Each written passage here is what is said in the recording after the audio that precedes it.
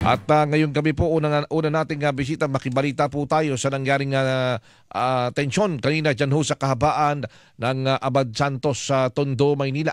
Meron hong demolition po dyan ng ilang mga kabahayan. Batay po yan doon sa sinasabing kautusan ng korte. At malaman po natin ano na yung nangyari, bakit humantong sa kaguluhan. Siyempre ang mga tagapayapa dyan, ang Manila Police District. At tayo po ay makibalita na sa ating linya na si Police Major Philip Ines, ang tagapagsalita ng Manila Police District. Magandang gabi po, Major Ines. Yes, Sir Carlo, isang mapagpala at kalmadong gabi sa iyo. Ganon din sa mga nakatugaygay at nakikinig sa inyong programa ngayon. Oo, kanina nga nakita natin sa mga video, no, maging dito sa Super Radio DCWB yung kaguluhan. Paano ba yung nagsimula itong kaguluhan na ito? Yes, Sir Carlo, meron tayong security coverage dito sa writ of demolition.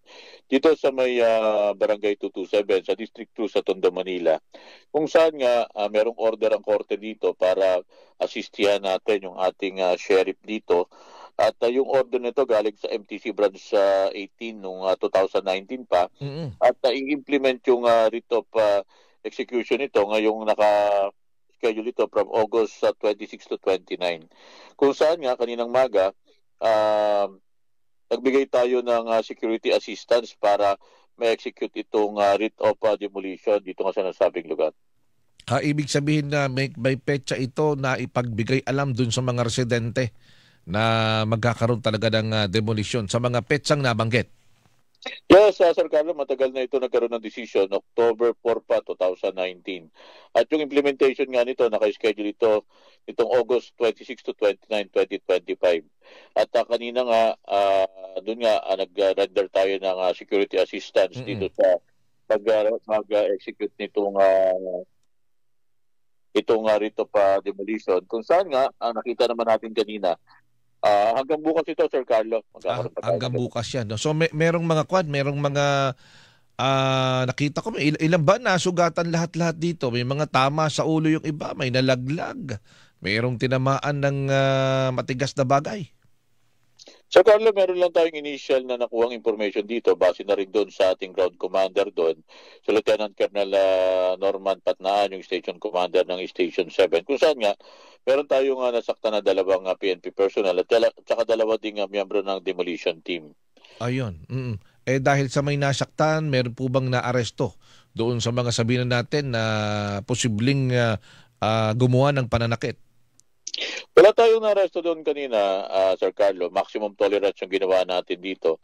At palagi nating sinasabi dito sa ating mga kababayan na yung pulis natin dito ay ang ginag-roll lang natin dito ay mag-render lang tayo ng security at saka assistance. Kasama na rito siyempre yung bantayan natin yung kapanatagan at kaayusan ng lugar at siyempre pagtiyak dun sa kaligtasan ng buhay at mga ari-arian ng lugar.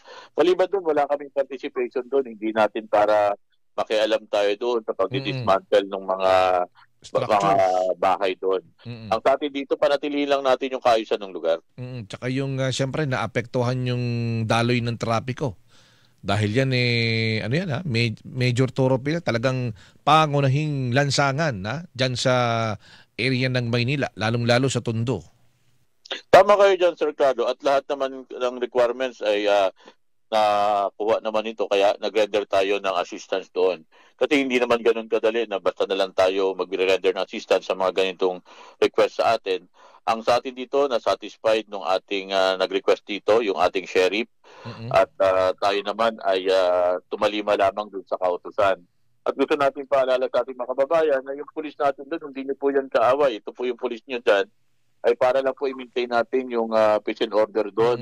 At yung siyempre po yung protection ng life and property.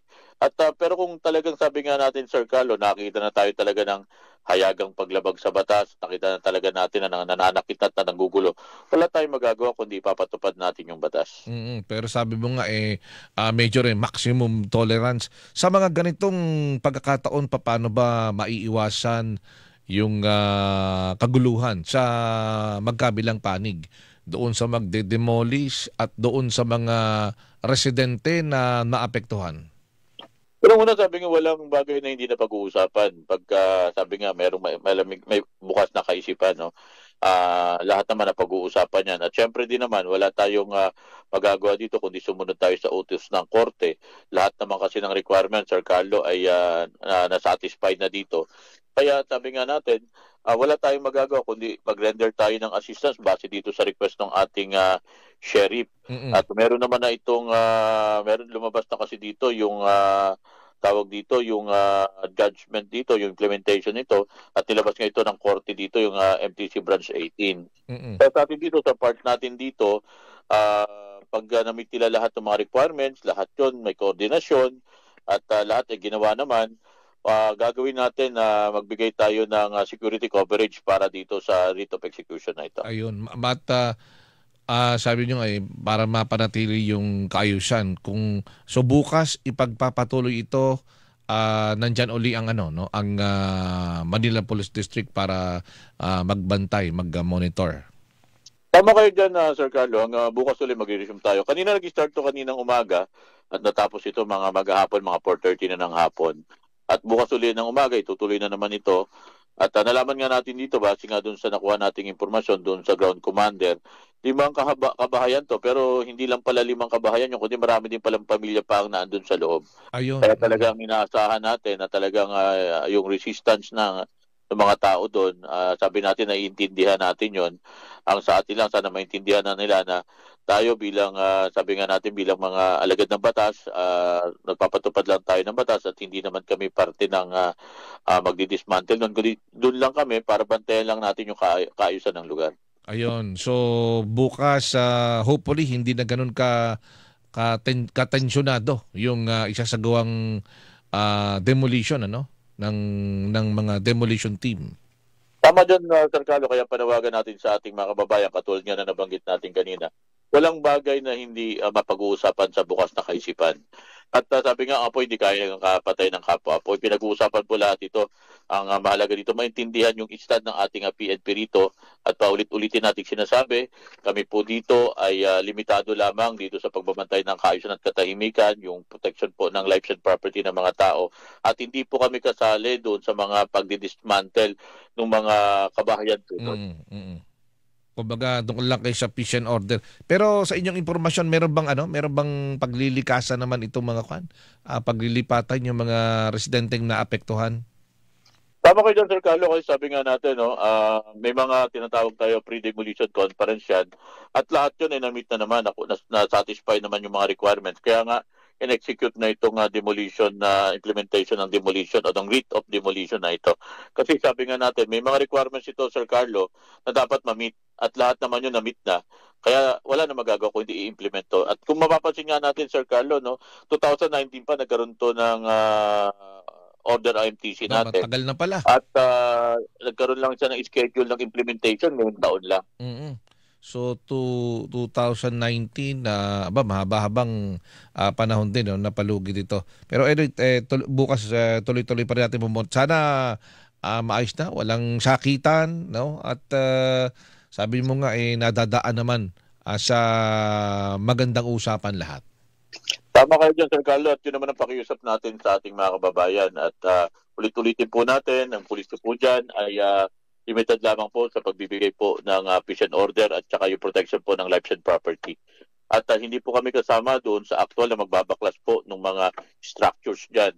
Ang sa ating po, protection po ito ng hindi lamang po ng ating mga mismong nag-i-implement yan, pati din po yung mga taong na andun. Kung saan po mapapansin natin, Sir Carlo, may mga personnel din po tayo na naka-assign doon po sa tinatawag nating yung ating pong Human Rights Affairs Office, kung saan binabantayan din po kung may nalalabag po para pasang tao. Yes po. Opo. May nagmo-monitor din pala, may nagdo-document din ng mga nangyayari. Tama po kayo dyan para makita po natin na nire-respeto natin yung karapatan ng bawat isa. Ayun, ang malinaw, bagamat may mga nasugatan sa panig ng pulis at yung demolition, walang inaresto, walang sinampahan ng kaso. Yung po yung nakuha nating impormasyon kanina, Sir Carlo, at ulit-ulitin natin, maximum tolerance po yan. At kung sakali nga po, sabi nga natin, at wag naman po sana mangyari, makikita na talaga natin nagkaroon po ng hayagang paglabag sa batas, nananakit na po sila. Wala po tayong magagawa kundi patupad natin ang batas. Okay. Maraming salamat sa gabing ito. Muli, Major Philip Ines, tagapagsalita ng MPD. Thank you so much, sir.